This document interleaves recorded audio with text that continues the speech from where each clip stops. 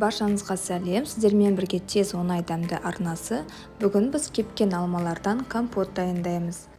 Бұл компотқа қалауларыңызға байланысты кепкен өрікті немесе басқа кепкен жеміс-жидектерді қоссаңыз болады.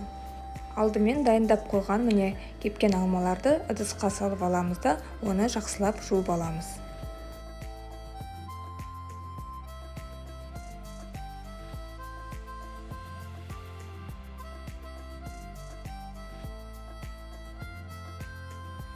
Жуылған кепкен алмаларымызға суық су құйып, кастрюлемізді отқа қоямыз да қайнатамыз. Компотымыз қайнағанша біз сироп дайындап қоямыз. Ол үшін 1 литр суға қажетті мөлшерде қант қосамыз. Мен 1 литр суға 600 граммдай қант қосып, оны осылай араластырып тұрып қайнатып алдым. Мінекей сиропымыз дайын болды, және де компотымыз да дайын болды. Мен компотты қайнағаннан кейін тағы да 5-10 минут отта ұстадым. Мінекей компотымыз дайын, енді оған алдын ала дайындап қойған суыған сиропты қосып араластырып аламыз.